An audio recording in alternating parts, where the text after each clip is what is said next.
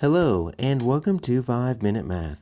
Today we are looking at the Algebra 1 concept of graphing functions and identifying features. This is standard A.3C in the great state of Texas, and we are using item number 14 off the 2016 released STAAR test. If you haven't done so already, please go ahead and take a moment to pause the video, work this problem out on your own, unpause it, and we will look at our answers together. So we simply need to find the y-intercept. All right, so the y-intercept is where it crosses the y-axis. So our y-axis is the vertical axis right here. It looks like it's crossing right there at about 5.5. I'm going to question mark that one. If this were F, G, H, or J and I could choose one of the answers, I would choose the one that said 5.5, maybe 5.6 might be a bit above. But I have to fill in the answers myself. So rather than just guessing, let's do the work and let's see if we can figure out exactly what this is. We have 2 points, which means we can find the slope, and then we can use point-slope form to get the full equation. So let's label these x1 and y1, x2 and y2. And let's use our equation for slope, change in y over change in x. All right, so my y2 is -2.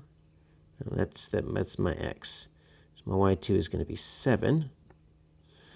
And it's going to be -1, so that's 6. And then it's going to be -2. That's my x minus 6. All right. That's going to get me 6 over -8. So that's going to be -3/4. All right. So now I'm going to use my point slope form. Y minus y1 equals m x minus x1. Once I do that, I can find my slope intercept form. And remember, on your slope intercept form, this is what I want to get to. If I can get this right here, that B, that's my y-intercept. So let's just pick those 2 points right there. Y minus my y1 is 1.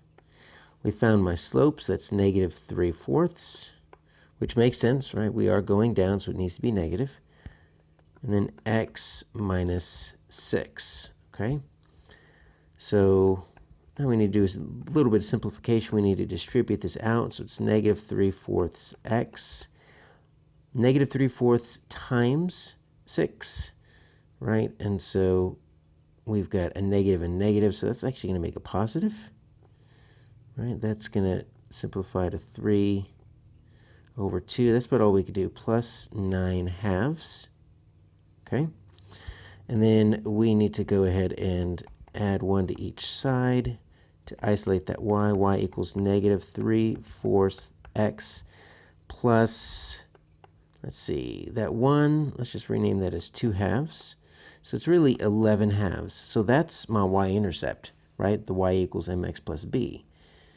11/2. And if you think 11/2, you should think, what if I were to divide that 2 up into 11? Guess what I would get? 5.5. Okay, so we were correct on the 5.5. Now we need to graph it in. If you've ever taken one of these tests, you know that you're going to get a little box like this. We actually have what we call a floating decimal. So you get your positive and your negative over here on the left. Since it's a positive 5.5, if you wanted to, you could bubble in that positive, but it's always assumed to be positive. You can bubble this in anywhere. As long as your decimal's in the correct spot, you're going to be fine.